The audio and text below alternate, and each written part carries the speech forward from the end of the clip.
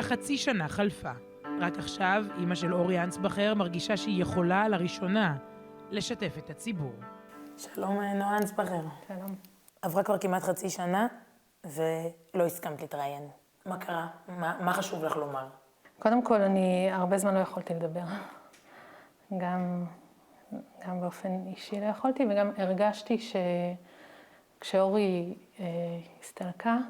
הסתלקו המילים מהעולם.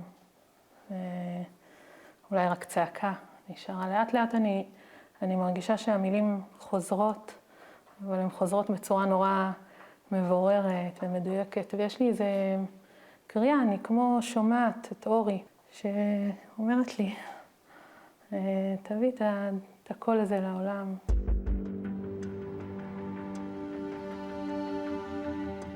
אורי אנסבכר בת שירות לאומי, בת 19 מהיישוב תקוע, שירתה במרכז יעלים בירושלים. בשעות הצהריים של אותו יום דיווחה המשפחה למשטרה על היעדרותה. כשקיבלתי את הטלפון הראשוני, ברגע הראשוני אמרתי, לא יכול להיות, היא יצאה, היא מטיילת, הכל בסדר, היא תחזור. אבל מיד שהתקשרתי לפלאפון שלה והיה מנותק, הבנתי שמשהו קרה, בגלל שאני מאוד מאוד מכירה את אורי, אני די מהר הבנתי שמשהו לא טוב. את הגוף, אני חושבת, כבר ידע, והראש עוד לא רצה להאמין. חיפשנו אותה שם כמה שעות, הסתובבנו, קראנו.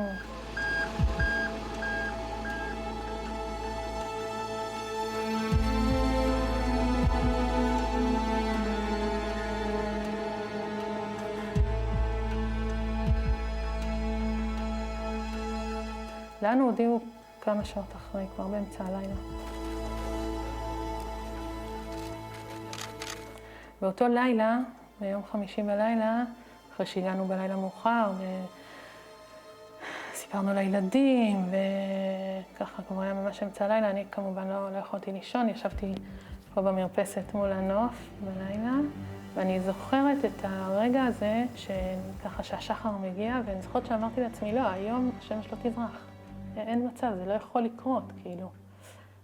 ואני זוכרת איזו חוויה חזקה שלאט לאט השמש זרחה, וזאת הייתה אחת הזריחות המדהימות שראיתי בחיי, בתקוע, ואני זוכרת איך הלב שלי לרגע אחד הוא כאילו התרחב, נגד רצוני. הרגשתי כמו שאורי עולה, וכבר אז הבנתי שיש פה משהו. עד היום לא נכנסה נועה לפרטי האירוע. גם כאן היא מבקשת שנמעט בתיאורים. המחבל ערפאת ערפיה, בן 29 מחברון, שמשפטו עדיין מתנהל, תקף את אורי כשישבה לבדה ביער הסמוך, עם דף ועט, כותבת לעצמה שירים.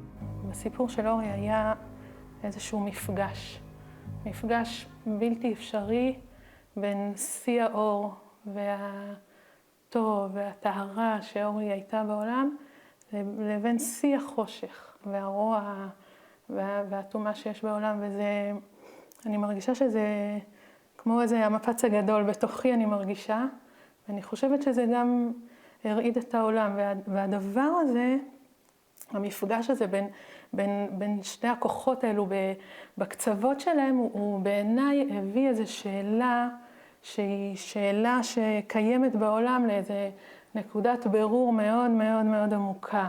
מה ינצח בעולם? זה ברור לי שהניצחון הוא באור. הניצחון הוא יהיה על ידי האור. מתי הכי קשה? יש המון רגעים קשה. זה יכול להיות ריח, מילה, זיכרון, ליל שבת. ומתי הכי מחזק? מתי הכי מקבלת כוחות מדברים? הכי מחזק זה קודם כל הדבר הזה של לבחור בחיים. אני מרגישה שזה אורי, זה כמו הציווי של אורי. בשירים שהיא כתבה לי ממש ככה, אז אני ממש קוראת אותם. עשי שיהיה עולמך, עולם של שלום.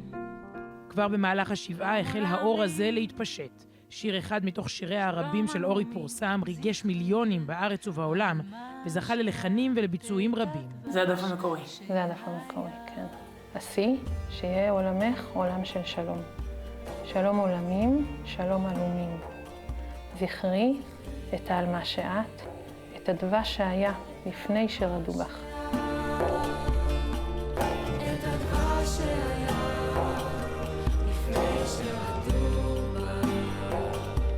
נחסי לעצמך מחדש את המתיקות הזו שהייתה שלך. אחי את העלמה ובראי לך עולם, עולם של שלום.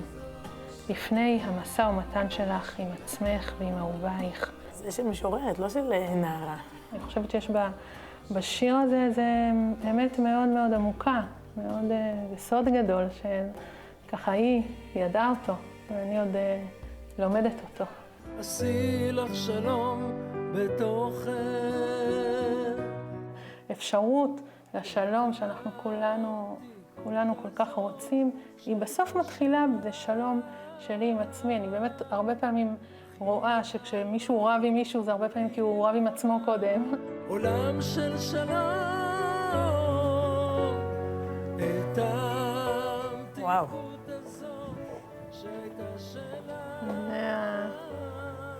זה הנוף שלנו. בנוף הזה, אורי הסתובבה פה שעות, ממש שעות. הייתה הולכת, גם כשהיא חזרה מהשירות לאומי, הייתה נכנסת הביתה, שעה, חיבוק, דיבור, ואז הייתה אומרת, אמא, אני רוצה לצאת להסתובב קצת, הולכת. יש לה מקומות שהיא ממש אהבה לשבת, לכתוב.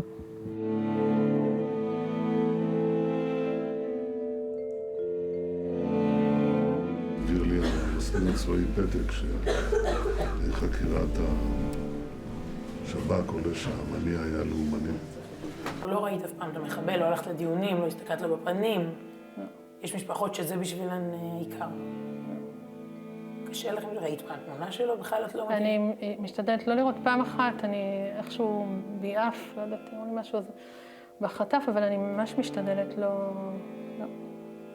כדי מה, לא יודעת איזה מקום? אני מרגישה שזה לא שלי, אני יכולה, מה אני כן יכולה לעשות בתוך הטירוף הזה? אני יכולה ללכת לאן שאני חושבת שיכריע את המלחמה הזאת. בסוף המלחמה הזאת היא לא תוחמה בהתעסקות בחושך, למרות שהוא נצרך, ברור, שלא ישתמע שלא. היא תוחמה באור בעיניי, אז לשם אני הולכת. בסוף יש לי עוד ילדים, אני חושבת שיש איזה, אני רוצה לתת להם איזה עולם של תקווה. והנה עוד דוגמה לאור הזה, אחרי יוזמות רבות של טיולים וצעדות לזכרה, של התנדבויות ומיזמים של לימוד, הגיעה יוזמת רוקמות אור. אבל שם באמצע השיא שיש עולמך, עולם של שלום, שזו בחורה, נערה, עם שיתוק מוחין שפשוט ישבה ועם המורה שלה ביחד עשתה את זה. בת שבע סדן, אומנית ששני הוריה נרצחו בפיגוע, יזמה את הפרויקט לזכר אורי.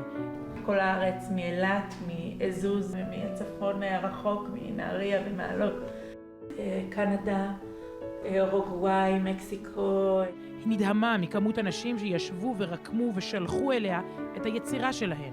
חלקן הפכו ליצירות אומנות, חלקן לחופה מעוצבת. אני עוד לא ידעתי על זה שום דבר, אבל אני אגיד שרק השם, רוקמות אור, אמרתי, וואו, מישהו מבין את התנועה של אורי בעולם, שהייתה באמת תנועה של רקמה של אור, של לחבר באור ובעדינות ובאהבה בין אנשים, היא מאוד מאוד אהבה בני אדם.